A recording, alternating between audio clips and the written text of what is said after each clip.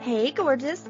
Welcome to Season 3 of the Hormone P.U.Z.Z.L.E Podcast. I'm your host, Coach Kayla Smith, CEO of the Hormone P.U.Z.Z.L Society, a women's health hub for fertility, hormones, and pregnancy, an integrative, holistic nutritionist, doctor of natural medicine and training, creator of the Hormone P.U.Z.Z.L method, an infertility warrior, two-time boy mom, and women's health expert. This podcast is for women struggling with infertility, painful periods, terrible PMS, or really just any symptoms of hormone imbalance that they are ready to eliminate for good. Tune in weekly as we interview amazing experts in the field of women's health, breaking down those hormone walls, nerding out on nutrition, and having way too much fun. Whether you're beginning your journey or you've been struggling for years, we're going to finally help you put those pieces of your hormone puzzle back together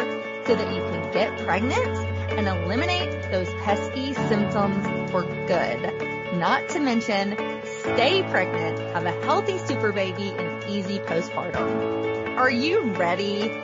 This season is packed with even more expert guests, sharing groundbreaking knowledge, giving you that jolt of energy that you so desperately need, sending you lots of virtual hugs, and inspiring you to take your fertility into your own hands and make that baby.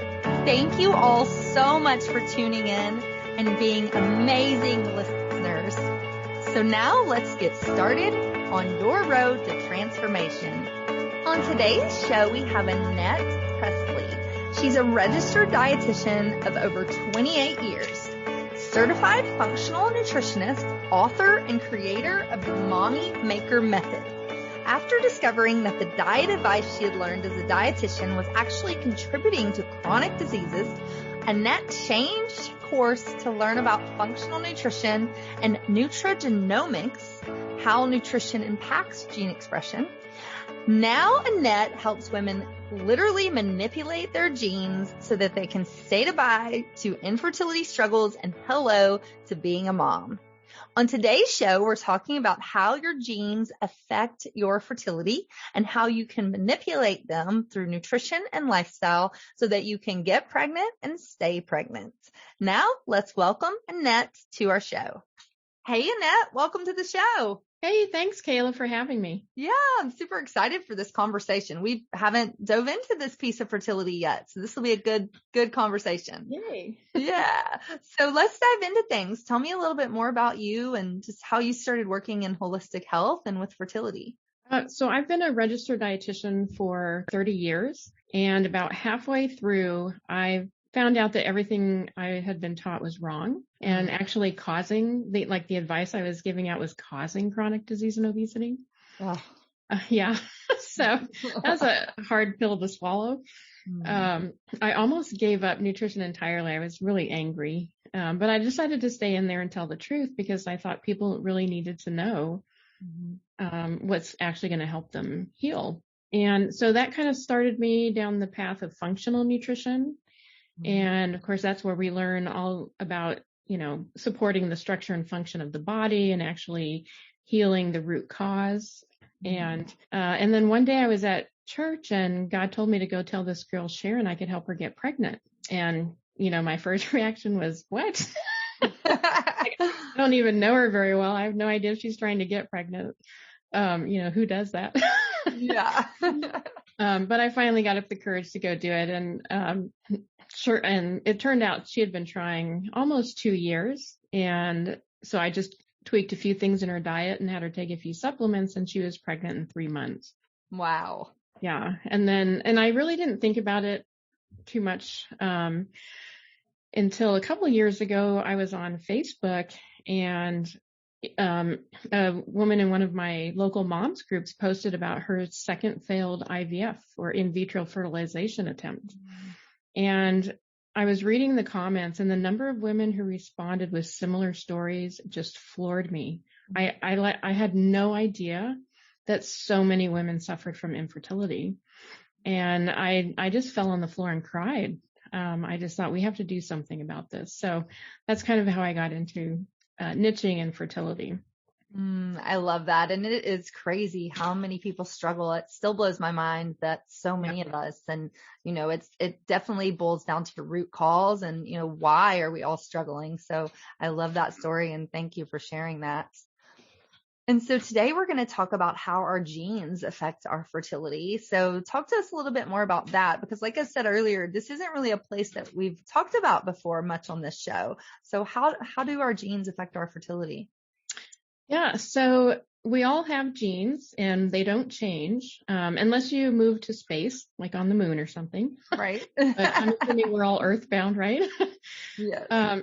And so a lot of people think, well, it's genetic. I can't do anything about it. But that's actually not true. So our genes do not determine our destiny, which is really great news. And so what we can do is actually change our environment. And that actually can turn on genes that express for health and turn off genes that express for disease. So even if you have bad genes, we can fix those. Right. And let's dive into that a little bit more. So you say environment. So talk to me about that. What exactly does that mean? Yeah. So the environment can be the food that we eat. It could be the exposures to toxins in the environment. It can be how much sleep you get at night. Whether or not you are happy or sad all the time, or, your emotions play a huge role. And, I think a lot of people miss that. Mm-hmm. And so it's kind of the environment is internal and external to you. So wherever you are. And so there are some things we can't control.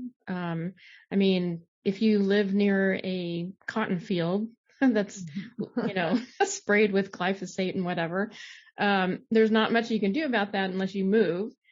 But there are things that we can do nutritionally to kind of mitigate the effects of the glyphosate and that kind of thing. Gotcha. And I think this is really beneficial to talk about when it relates to fertility, especially our internal environments and our mindset, what we say to ourselves, how we feel about, fertility and the process. So talk to me about that. How important is that, focusing on that piece of it? Yeah, it's really important. And especially for women who have had miscarriages, that's traumatic. And I think a lot of people don't realize that the infertility journey is a journey of trauma. Mm-hmm.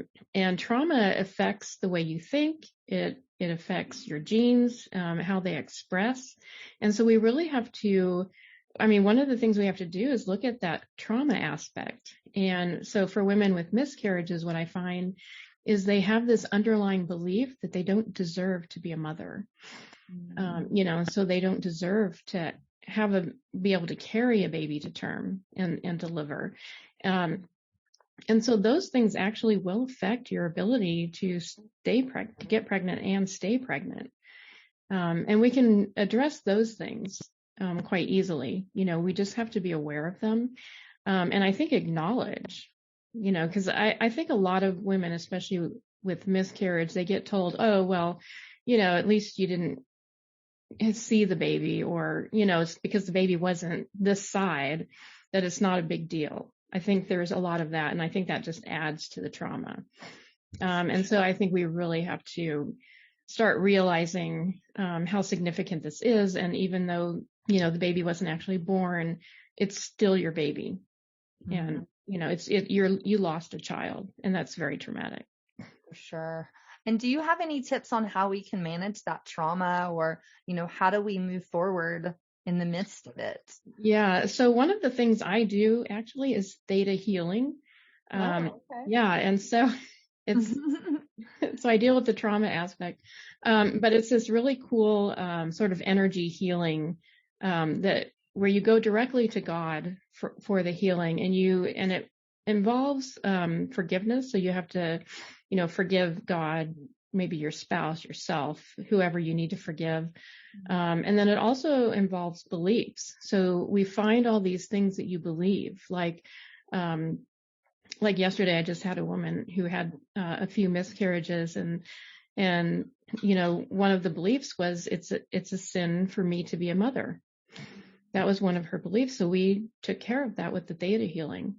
And, so much, and we don't realize that these beliefs are one thing, but we can discover them with the theta healing, and then we can go to God and he can take care of it.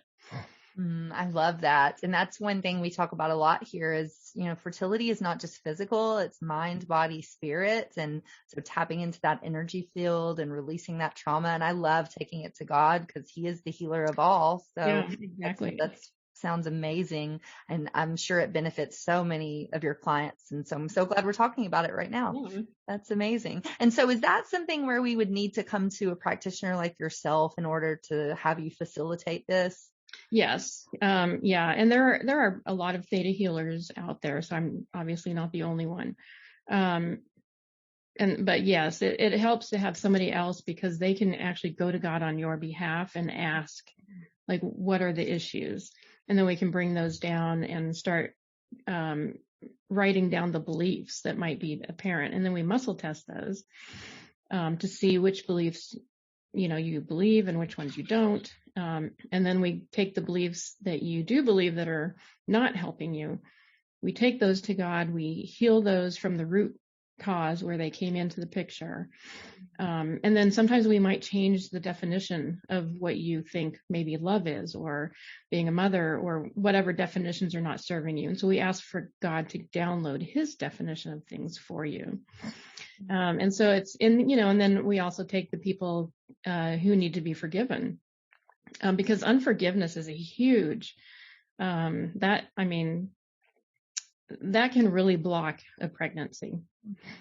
For sure. Oh, I love this so much. So can you give us a client example? Like, what is somebody that you used this on recently that, had a positive experience? Yeah. So, really the one I had yesterday was really great. So some of her limiting beliefs, she didn't think she deserved to be a mother. She was doing things that created problems so that she wouldn't be the problem. Different, just things like that. And so we went up and healed all those things. And then we went up and forgave everybody involved in the situation. And God, we have to forgive God a lot because we blame God for everything. Right. And I think also the hardest person to forgive is ourselves. And so a lot of times we don't forgive ourselves for maybe what we believed, or we blame ourselves for losing the baby, when, it's really not our fault. And so we clear all those beliefs, and it's like she just felt so much lighter. Because you can actually feel it. And then you can go forward with beliefs that are actually helping you and supporting you getting pregnant and having a healthy baby. I love that. And so is this something we can do virtually, or this has to be done in person? No, you can do it virtually. Amazing. That's great. Yes, I love it. So let's switch gears a little bit. You talk about many of us need an oil change. What does that mean? Yeah. So one of the things that we do, so this was really where it was all at when I found out everything I had been taught was wrong. So I had been taught to tell people to eat canola oil and, soybean oil and all these oils, right? Processed vegetable oils. Well, it turns out they're very inflammatory. And a lot of fertility issues have an inflammatory component. So we need to get rid of a lot of the inflammation that we're dealing with. And one of the best way to do that is actually to get an oil change. So instead of using margarine, we use butter. Instead of using vegetable oils like soy, corn, cottonseed, canola, sunflower, safflower, and even grapeseed, which everyone thinks is really healthy. It's one of the worst oils out there. So we have to get rid of all of those. And then you want to use actually properly rendered. You get lard, beef tallow, duck or goose fat are good. You can do coconut oil, olive oil. Red palm oil is actually a really great source of vitamin E. And it's usually sustainable. I haven't seen a red palm oil that is not sustainable. And and so you just replace all those bad oils and use the real ones. And that clears up a whole lot of problems for people. Oh, I love that. And vitamin E actually is really good for implantation. So I always recommend, make sure you're getting high vitamin E during that 2-week wait so that you can have a really nice lining. It's thick and gushy and it's perfect for implantation. So I love that. Yeah. And so 1 teaspoon of the red palm oil, and you can even just eat it. It's not that bad. It's a little oily, but yeah, on ice cream. I love that. It's amazing. And where do you get that? Just any grocery store? At least at a health food store. I'm not sure how many typical mainstream grocery stores have it, but health food stores definitely have it. Gotcha. And I think Nutiva is one of the main brands. Okay, awesome. I love that. So I love this conversation, but we do have to take a short break. We're going to hear a word from our sponsors. We're going to come back and talk practical tips. What are some things that we can start doing today to optimize our fertility and our genes? So we'll be right back. Hey y'all, it's Coach Kayla here. I hope you are loving this episode as much as I am. We will be back in just a minute, but first, a word from our sponsors. Hey girl, hey! I am so excited to announce the release of my Puzzle Brew Fertility Tea and Yoni Steams. I have been using teas and Yoni Steams from other brands throughout my years in the fertility coaching space and for women who have purchased my online programs and books. And I have seen amazing results as my clients are getting pregnant, having amazing cycles, eliminating their hormonal symptoms, and more. But I have always thought something was missing. I love herbs, and I wanted to create my own formula of fertility teas and steams that I know are going to not only taste amazing, but are going to work incredibly well for all of you who are struggling with these issues. Plant medicine is so very powerful, and I believe they were created for us by Mother Earth and God to give us everything we need to live a holistic and well-balanced life. These teas are going to not only taste amazing, but provide you with powerful plant medicine and be a great complement to your holistic lifestyle and are one more piece of your fertility and hormone puzzle. So check them out at CoachKayla.com to learn more and to purchase your teas and steams today. Hey Annette, welcome back. Hey. So let's talk practical tips. What are maybe your top 5 tips for starting to optimize our fertility and our genes?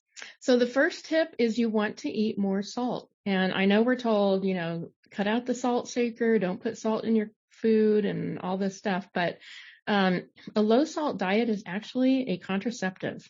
Wow. Yeah. And so we need salt. And so I recommend unprocessed sea salt like Redmond's real salt, or you can do the Himalayan or Celtic sea salt. It just needs to have some color to it. So salt is not white. It needs speckles or some kind of color, not white, in order to be a good one. And what salt also does is it helps to detox bromide, which is one of the toxins that prevents us from getting pregnant because it binds to iodine receptors in the body so that we can't use the iodine. And iodine is probably the mineral for getting pregnant. Mm-hmm. That also is really good if you have thyroid issues to switch to that salt instead of any other salts. Mm-hmm. Yeah, because iodine, the thyroid stores the most iodine. The ovaries and endometrium are the next highest levels. Wow. So you can imagine if bromide is blocking all of your iodine receptors, it's going to be really hard to get pregnant. Mm-hmm. For sure. Yeah. And that's why a lot of women have thyroid issues when they're trying, who can't get pregnant or having difficulty. A lot of them have thyroid issues. So it's all related. Yes. So yeah, salt, very important. The second thing, get your oil changed. We already talked about that one, but hugely important. The third thing I'd say is make sure you're eating organ meats. Mm-hmm. And so a lot of people are trying to do plant-based, and that's not really a great diet for getting pregnant. You need the animal foods, and you particularly need organ meats. Mm-hmm. And so liver is a great source of vitamin A and copper. And those two nutrients are hugely important in the body, and they need to be in the right balance. And so a lot of us are taking zinc right now, right, with all the crazy going on. And and zinc interferes with copper. And so, we might be causing an imbalance of those things. And even vitamin D interferes with vitamin A. And so liver is a great food because it's like nature's multivitamin, but it has all of these nutrients in the right balance. And so that's, we really need to start thinking about our food and where we're getting our nutrients from. So that hugely important, organ meats. And if you don't like organ meats, and I know some people are probably thinking, wow, right? I was liver. just thinking. Right. You can actually do desiccated organ supplements. And so that way you just take a pill and you get your liver and you don't have to taste it. So Gotcha. And so would you take that along with a really good whole food prenatal, or will this replace my prenatal? It would replace it. So I actually don't recommend prenatals because they have a lot of nutrients in there that you don't really need, and they're in the wrong form. So one of the other things is you do not want to take folic acid. Right. We hear folic acid all the time. You really want the methylated forms of those, and you're going to get that in a liver supplement. So it's better to get it from there than it is in a supplement form. And you also have to watch enriched flour products because they have folic acid in them. And so that's another thing is don't eat any products made with enriched flour. For sure. Yeah. Make your own stuff. Yes. And do you have any examples of how we would cook? Say we do want to get adventurous and try some liver. Like, how do we cook that? So lots of butter. Right. The real key and salt, butter and salt. And the real key with liver is don't overcook it. So, we tend to want to cook it to death because we don't understand it maybe. But you really just a few minutes on each side and you're good. Gotcha. You can add onions in there too if, you want some extra flavor. Gotcha. Interesting. Yeah, I know. I've heard a lot about liver being so good, and I actually recommend it to my clients, but I haven't gotten adventurous enough to cook some myself, so we'll have to do that. I actually grew up eating liver once a week because my grandmother lived with us, and that's what they did. Yeah. Yep. I remember my grandmother would talk about it when I was younger, but I never would eat it. So. Yeah. Well, and then we got off on the low fat thing and cholesterol. And so that liver just kind of went down the hill. Yep. For sure. So let's dive in a little more with food. Are there any other foods that you recommend for fertility? So animal food. So red meat has a lot of great nutrients in it. And all the organ meats, fish, chicken and pork are not as great as the ruminant animals like cow and buffalo, deer, those kinds of things. Just because we feed them a lot of foods that have polyunsaturated fats in them. So they're kind of like the vegetable oils. They're giving you the wrong kind of fat. So you just have to be careful where you source it from. And then I don't recommend raw cruciferous vegetables like broccoli, cauliflower. I actually follow an animal-based diet myself, so I don't even eat vegetables, but I know a lot of people aren't going to give up their vegetables. So you just don't want to eat those raw because they do interfere with the thyroid.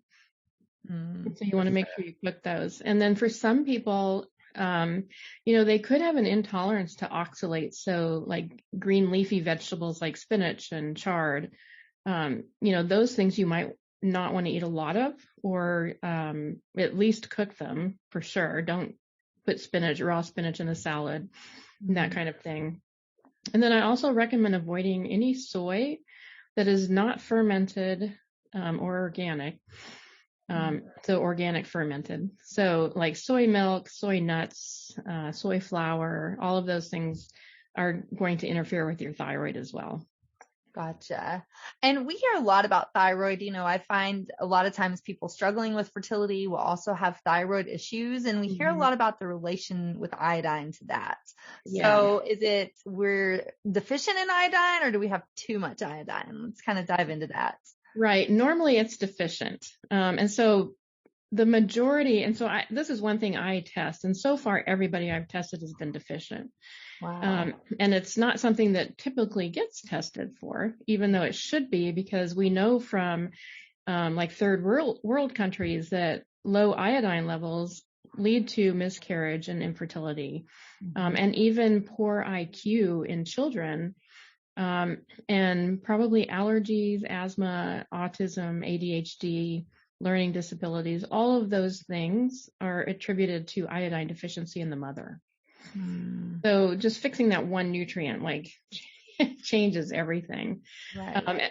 And the reason we're deficient is because we have all of the toxins in our environment either have chlorine, fluoride, or bromide. And so those are all part of iodine's family. And I don't know if you've watched The Munsters, but right.